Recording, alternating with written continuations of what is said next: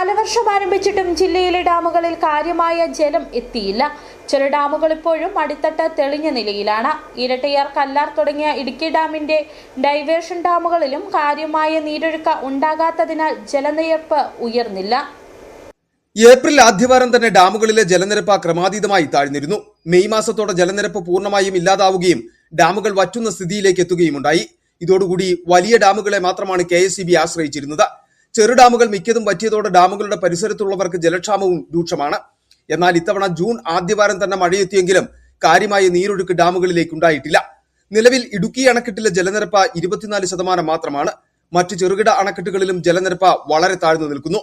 കുണ്ടളയിൽ 13%, മാട്ടിപ്പെട്ടിയിൽ 14%, ആനയിറങ്കലിൽ 12%, പൊന്മുടിയിൽ 32%, lower പെരിയാറിൽ 2.76% മാത്രമാണ് ജലനിരപ്പ്.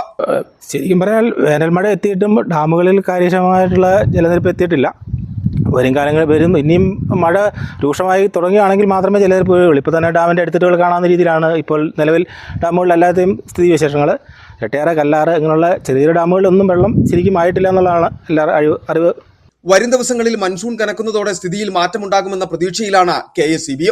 City vision, Nedumkandam.